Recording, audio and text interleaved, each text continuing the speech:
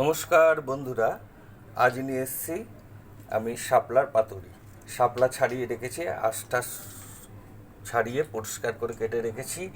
এখানে টমেটো কুচি, লঙ্কা কুচি, লেবু, এখানে মশলায় লাগবে হলুদ, ধনের গুঁড়ো, কাশ্মীরি লঙ্কার গুঁড়ো আর জিরের গুঁড়ো। আর ফোড়নে লাগবে তেজপাতা, শুকনো লঙ্কা, কালো জিরে, জিরে। আসুন এবার আমি দেখাচ্ছি কীভাবে আমি করছি এটা।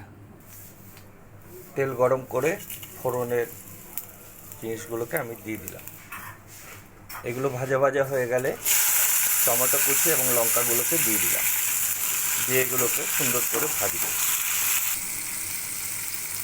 এগুলো ভাজা ভাজা হলে সমস্ত মশলার গুঁড়োগুলোকে জলে গুলে দিয়ে দিলাম, দিয়ে আবার কষাতে থাকলাম যতক্ষণ না সুন্দর ভাজা হচ্ছে।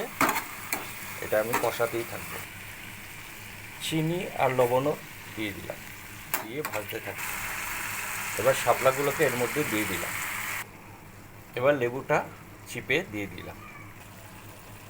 দেখছেন সুন্দর ফুটছে, এবং ফুটে জলটা মরে গেলেই আমি নামিয়ে দেব। দেখছেন সুন্দর তৈরি হয়ে গেছে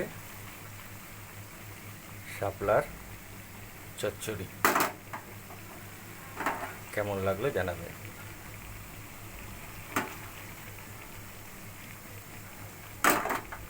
আপনারা সকলে ভাত, রুটি, পরোটার সঙ্গে খাবেন, দেখবেন এর স্বাদ অতুলনীয়। আজকের মতো তাহলে বিদায় নিচ্ছি। সকলে ভালো থাকবেন।